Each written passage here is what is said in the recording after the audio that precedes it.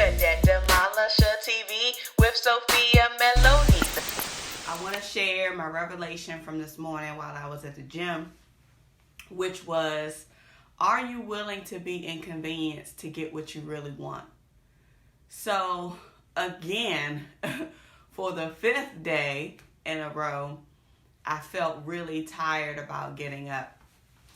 And I was able to get up, get myself out the door, get to the gym. And I noticed when I started my routine, I was feeling the pain. I was feeling the pain in my legs. I was feeling the tiredness in my legs. I wasn't able to go as long as I would have liked to go in terms of my running on the treadmill or my exercises on the different machines. And what I saw myself continuously telling myself was to push. I kept saying, push, so-so, push. 1 more minute, push, so-so, push. 15 more seconds, push, so-so, push. I kept telling myself to push, right? And I also gave myself grace to slow down on the machine in order to give myself some breathing room. So as I was going through the process after pushing myself and going that extra minute and then bringing the speed down for me to be able to pace myself, one thing that came to my mind was, are you willing to be inconvenienced to get what you really want? Because my legs were tired.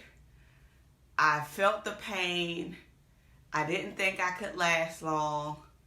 And my legs were being inconvenienced at the time, right? So because I wanted to stop, I kept pushing myself. And I kept asking myself, are you willing to be inconvenienced? Remember what you want to get out of this process, right?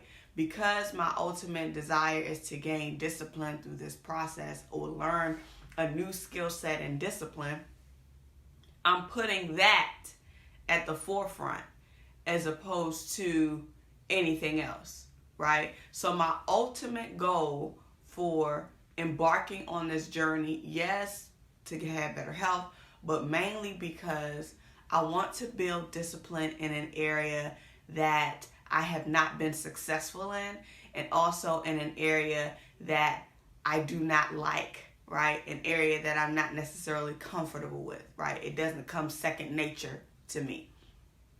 So it's important to push yourself and ask yourself, are you willing to be inconvenienced to get what it is that you really want?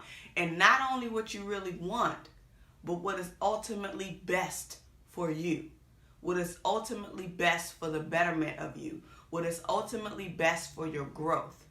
Are you willing to be inconvenienced temporarily in order to get what you need, what you desire, and what is best for you? So again, I always like to make the correlation to finances because that's my area of expertise. That's the area in which I help other people evolve in. That's the area in which I coach people through in terms of helping them build a healthier relationship with their finances. So my question to you is, are you willing to be inconvenienced to get what you want, which is ultimately debt freedom, or which is ultimately financial freedom?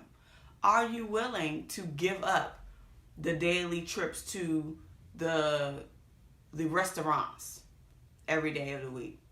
Are you willing to put a halt on the trips to the 7-Eleven every morning for your coffee, your donut, or your 5-hour energy drink? Are you willing to put your urge on hold temporarily? Some of those urges could be cigarettes. Some of those urges could be liquor. Some of those urges could be other drugs, whatever. Are you willing to put that on hold so you can get to the ultimate freedom, goal, desire that you want? You have to be inconvenienced. This is not going to be an easy process for anybody. Anything you set your mind to, you have to be willing to be inconvenienced to get there.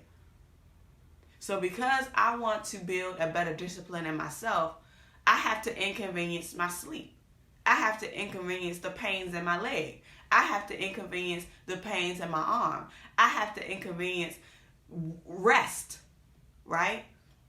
Because I'm building a bigger skill set that will serve me in a greater capacity later on in life. And who knows, even next week. I don't know what may kick in because of this process. But I share this with you all because I want you to think twice about what have you been giving up. You say you want something. What have you given up so you can get there?